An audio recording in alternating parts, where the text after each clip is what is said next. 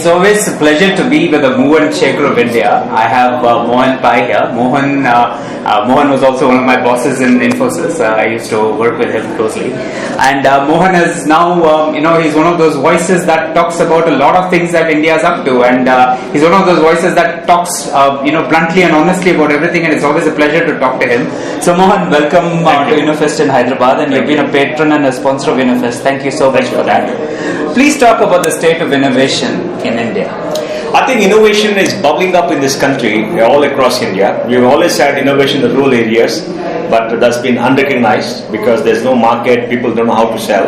Now in urban areas, after the service industry came up and created 4 million young people who are attuned to technology, who understand technology, they're all now beginning to lead some of these companies and starting their own firms. People are starting their own startups in colleges, in universities all across India, and it's bubbling up. And I think we'll understand the state of innovation by looking at data. We have 18,000 startups in India right now. $75 billion of value have been created. The 300,000 plus people were employed. By 2025, we will have about 100,000 startups, and we will have possibly 3.5 million people employed and $500 billion of value. And that's the kind of value creation we're going to see. Every year, 4,000 to 5,000 startups are coming up right now, and that's going to accelerate as we come closer to the 10 years. And it's happening all over India, in smaller cities, in bigger cities, etc. Bangalore, of course, dominates. But it's happening B2C, B2B, it's happening in nanotechnology, it's happening in biotechnology, it's happening in material science, it's happening in cancer research, in life sciences, in every field of activity. And all of the commonality is that it's based upon a technology platform. Because through a technology platform, you can possibly reach out to a lot of people, and I think it's very important to reach out, because you can reach out asynchronously to millions of consumers all over. So this bubbling of innovation, bubbling of talent that's coming up through startups and through other places is sending a message to everybody that you need to be in an area which is changing, and you need to be in an area which is going to disrupt the existing ways of doing business, and there's great value to be created. So I'm very happy because I travel around the country, I see people who are innovators, I meet them, and I think it's something new that's happening. Fantastic. Mohan, let me just add on. So you are a person with wide global experience as well and exposure as well, having served in multiple organizations.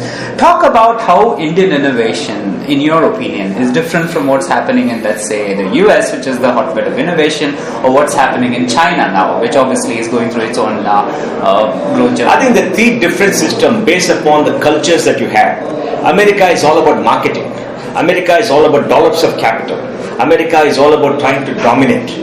So the theme is domination, market share, getting huge amounts of capital, building up companies fast, etc., and building up processes. It's a very mature way of innovating. Doesn't happen in Europe though, because the risk taking is very much less. India is mostly jugaad. Group of people coming together, having an idea, starting out without knowing what they're doing. In many cases, not knowing the market, starting, pushing, changing, doing things. There's a shortage of resources, shortage of talent, shortage of money. Everything is short.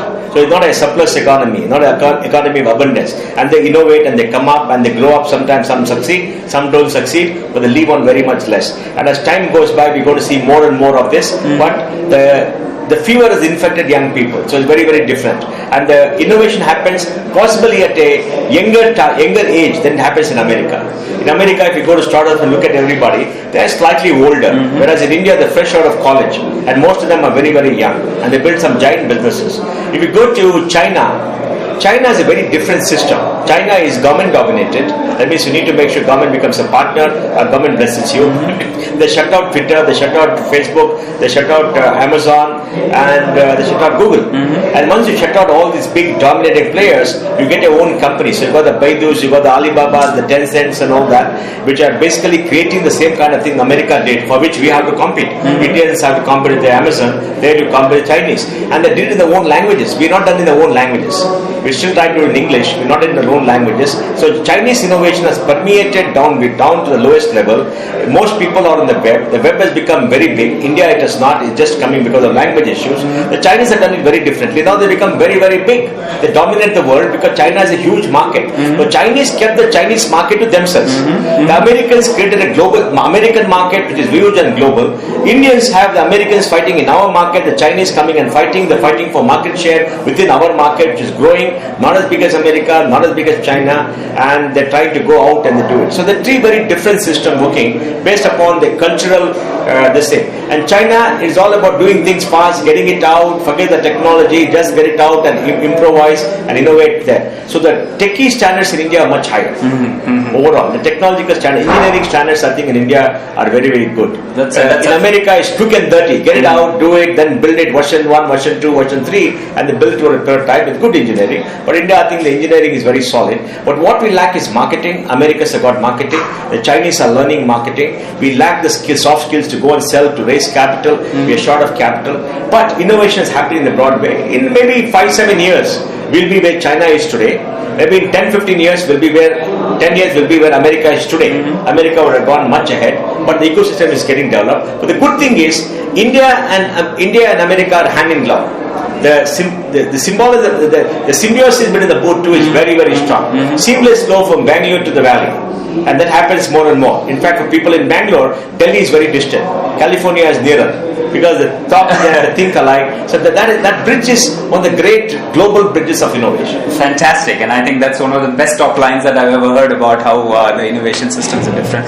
Switching to a topic that's very close to your heart, Mohan, talent and what's happening to talent. You just mentioned that India is a young nation.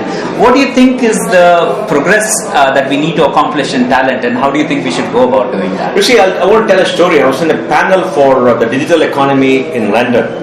I had three great business people, business heads, and I was speaking about talent. I told them America has 6 million people in IT, of which 1 million are Indians. But those 6 million have 2 million Indian engineers working for them. So out of 8 million, 3 million are Indians. So the American innovation and American technology is written on the engineering skills largely of Indians, whether in America or here, and that's become a force multiplier for America, and that's why they dominate the world. Otherwise, they wouldn't have built the scale in IT they've achieved without Indian engineering. Europe has not leveraged Indian engineering, so they're losing out very badly because they don't have the engineering quality and the skills. And of course, Japan is way, way behind because they try to depend on themselves and they're not able to do it. So the big systems in the world are from India and the United States. And that is driven by the huge number of engineers who come out of our colleges. So we are somehow managed to produce larger and larger number of engineers because for the educated middle class and the lower middle class, the aspiration is to become an engineer. We have 4,500 or 4,200 engineering schools with 1.2 million seats, with maybe 900 or a million joining every year. We get 800,000 out every year, out of which 200,000 are good engineers who could hire them. 200,000 are repairable, and the balance are very low quality. They probably will do something else, apply to a government job or drive a taxi or do something else. But this 400,000 is an enormous pool. Out of this 400,000, maybe 200,000 go to IT. And the 200,000 going to IT, maybe 50% of the total IT engineers in the world. And so this enormous pool is coming through. Now, what we must do is allow good institutions to expand. For example, IITs produce only 10,000 people. Okay? It's a drop in the ocean, makes no impact on this country. Where the brightest kids, the top 20% could be bright anywhere else. Because it is a system by which good people bubble up because of the exam. And of course 85% will come to the coaching Mondays, which is dampening their minds. But we need institutional IIT to produce 100,000 good engineers.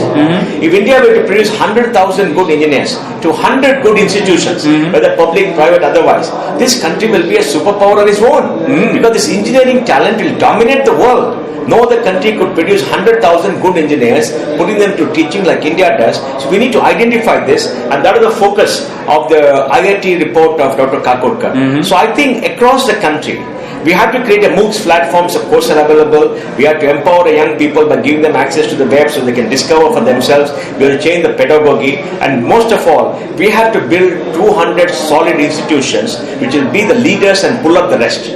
We have today about 800 universities, 47,000 colleges, and about 30 million young people in college. By 2030, based upon a report for FICCI which I chair, we will be having 70 million young people in college with the GER being 50, gross enrollment 50%. And that will be the day. So we're going to see the explosion of talent come. The challenge for us now is quality. And quality will come by good institutions, because institutions get quality. And for that we need to encourage the top 200, the top 500 to grow up, for which public funding is required. So we require a new strategy for talent management all across India, which unfortunately governments in Delhi or in the state are just not getting it right. That's fantastic. Always a pleasure talking to Mohan and wide-ranging views.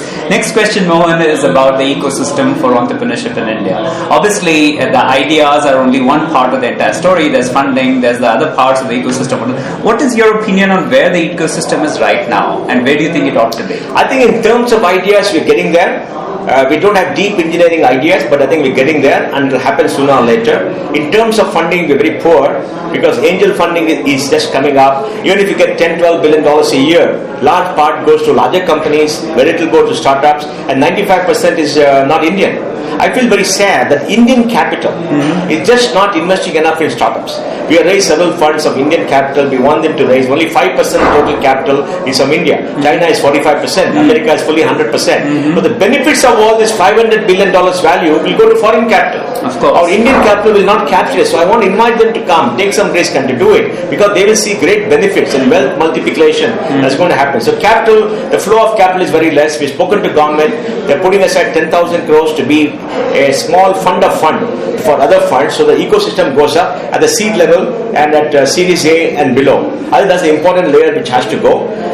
Second is marketing. I think the startups lack marketing skills. Many of them don't understand design, how to market, how to reach out consumers. Now with all these B2C portals, e-commerce portal, hopefully the skills will come. We need to learn digital marketing. There's a big gap in digital marketing here, even though most people are on digital. Bombay has to get involved, Chennai has to get involved, Karnataka, Bangalore has to get involved. The film people have to get involved in digital marketing, because the creativity lies there. So the digital marketing has to improve. Then mentorship. We don't have enough mentors for young people to go to. So we need more and more experienced people to get out of their industry, start funds, and become mentors to companies, because they're being operating experience. Because we have a very young startup system where they lack operating experience. And when you come to a size, you require operating experience. Even though you may have disdain for people with a grey beard or grey hair, thinking they're old age, they don't understand, which is possibly true. But they bring in the operating experience to stabilize cooperation. And I think that's a very important thing that they have to do. So the mentoring is there. And then government doesn't have conducive policies. It takes too much time to start a company. It takes too much time to get funding. It takes too much time to move capital. All the things have to improve. We're working through iSpeed with the government to do this, the promise to do that. And then India has recognized we want to be a startup nation. Prime Minister Modi has spoken about that. It is remarkable. And I think if we just get more flesh into it, more details, then we can really do this. So I think a lot of things are happening. They're cooking up. iSpirit is working on it. The innovations are happening. We're seeing many events, people coming together. Then this K-Mart is happening here in Andhra Pradesh, in Telangana. Andhra is trying to do something. Bangalore is trying his own thing. So a lot of things happening. If you see today compared to 3 years back, there's a sea change, 10x change. I'm sure if you go ahead and see another 3 years, it'll be a 20x change. Wow, okay, wonderful. Mohan, highly successful, you've been amazing, you've had a great corporate career, now you're on to the path of making India better. What drives you? What motivates you? What are you about? See, what drives me is a very simple thing. I want to leave a world behind which is much better than the world my father gave me. My father and my mother struggled to bring us up, give us good education, and they were part of a generation that struggled to build this country. They gave us a good India. Now we must give a better India to our children. We must add value. And that requires that we be successful. So we've been successful. We've done very well economically, otherwise for ourselves. Then now we help create the ecosystem for others to be successful, to make sure the next generation starts at a very high plane. We started very low and we had to build everything. Now next generation start high plane, so they have to build much more and become much more competitive with a lesser energy. And so we have to improve the ecosystem, do many things all over. So that will definitely, that inspires me. I want to see India as a prosperous country. I want to see India where everybody has got the basic necessities of life. I want to see an India which is respected for its accomplishment. And I want to see young people who think that staying in India and growing the business in India is a highlight of their lives. Fantastic. And I want this innovation to come in. I want people bubbling with enthusiasm to solve our challenges. And I want to see a very different country. the high energy, passionate Mohan. Wonderful. Thank you very much. Great thoughts. Thank you. Cheers.